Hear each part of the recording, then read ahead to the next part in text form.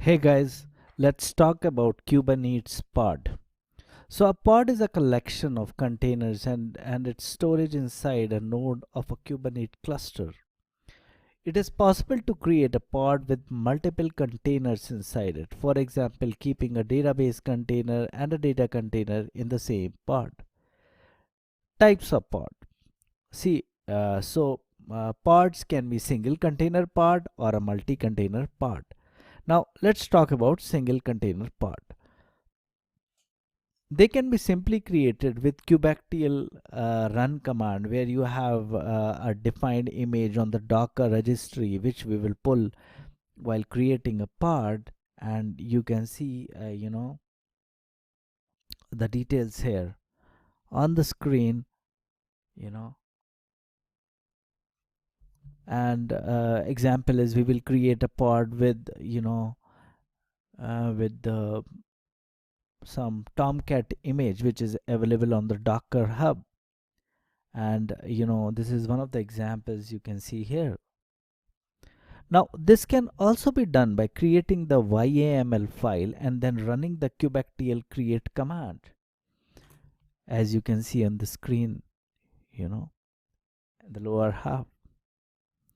Once the above YAML file is created, we will save the file with the name of tomcat.yml and run the create command to run the document, as you can see here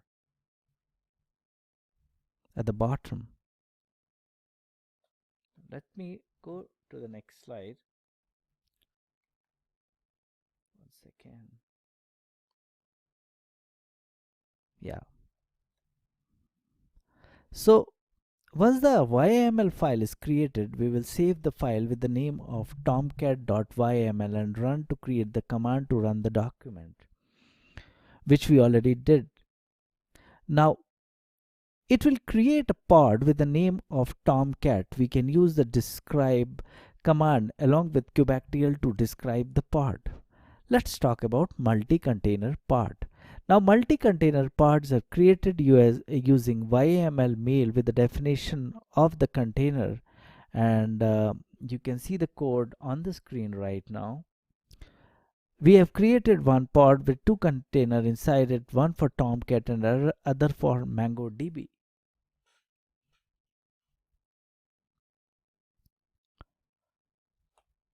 Quickly, let's jump to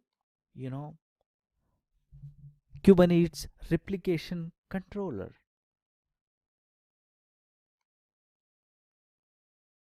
Yeah. So replication controller is one of the key features of Kubernetes, which is responsible for managing the pod life cycle. It is responsible for making sure that the specified number of pod replicas are running at any point of time.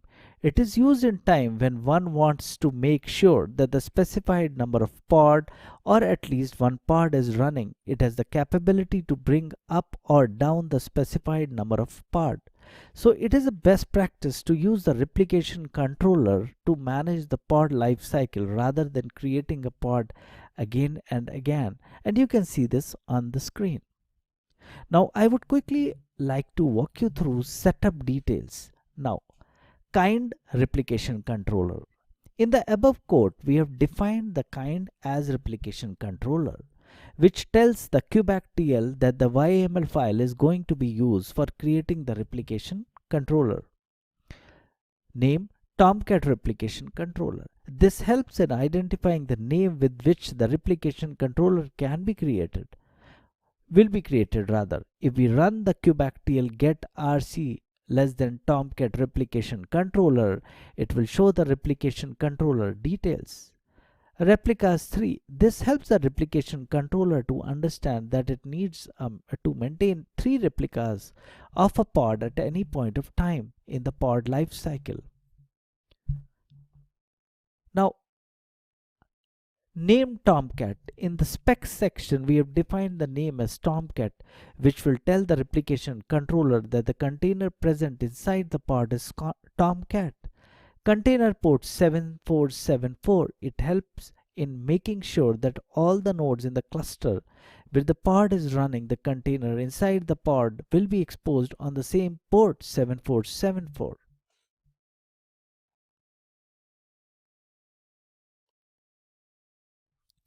Now, as you can see in the screen,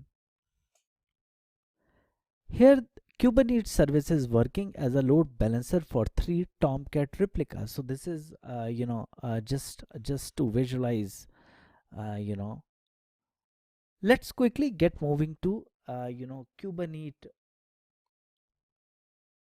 replica sets. Now, replica sets ensures how many replicas of pod should be running. It can be considered as a replacement of replication controller. The key difference between the replica set and the replication controller is the replication controller only support equality based selector, whereas the replica set supports set based selector, as you can see in the screen, the code for the same. Now, setup details, API version, extension v1 beta 1. In the above code which we have used, the API version is the advanced beta version of Kubernetes, which support the concept of replica set. Kind replica set. We have defined the kind as the replica set, which helps kubectl to understand that the file is used to create a replica set. Tier backend or tier backend. We have defined the above labeled tier as backend which creates a matching selector. So key tier operation in values backend, this will help match expression to understand the matching condition we have defined, and in the operation which is used by match label to find details. Now run the above file from kubectl and create the backend replica set with the provided definition in the YAML file.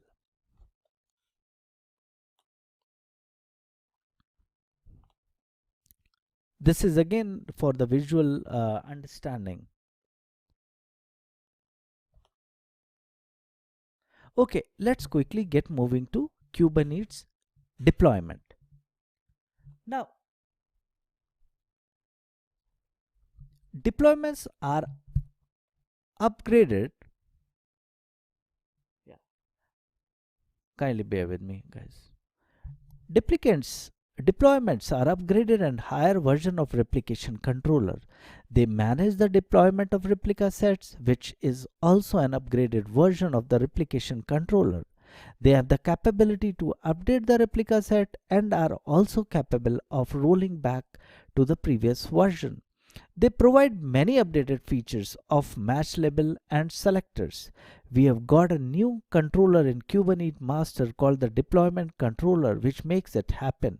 It has the capability to change the deployment midway. Now, changing the deployment. Change can be updating, deleting, rollback. Three of these. Any of these three. The user can update the ongoing deployment before it is completed.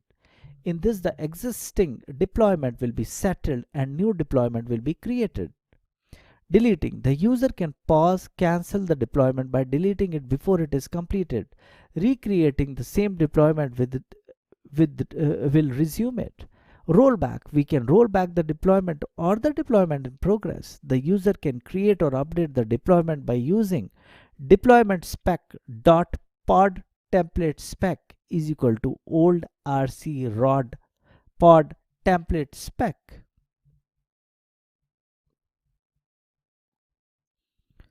Now let's quickly briefly discuss about deployment strategies. Now, deployment strategies help in defining how the new RC should replace the existing RC.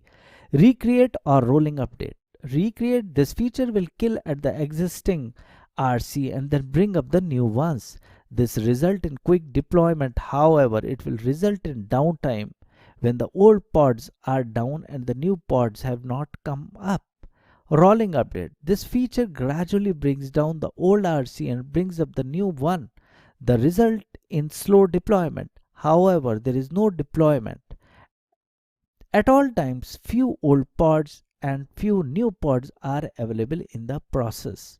Now the configuration file of deployment looks something like as it is written at the, you can see at the top of, the screen here.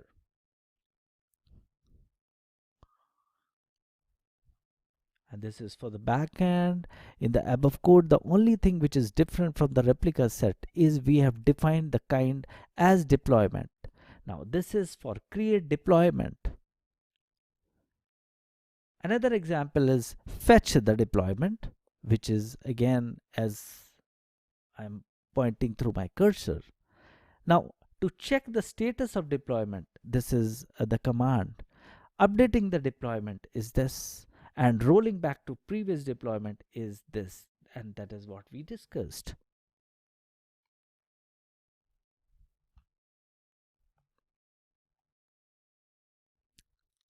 So this pretty wrap ups the deployment at a higher level, and I'm sure it has given you an insight to use these command and codes properly.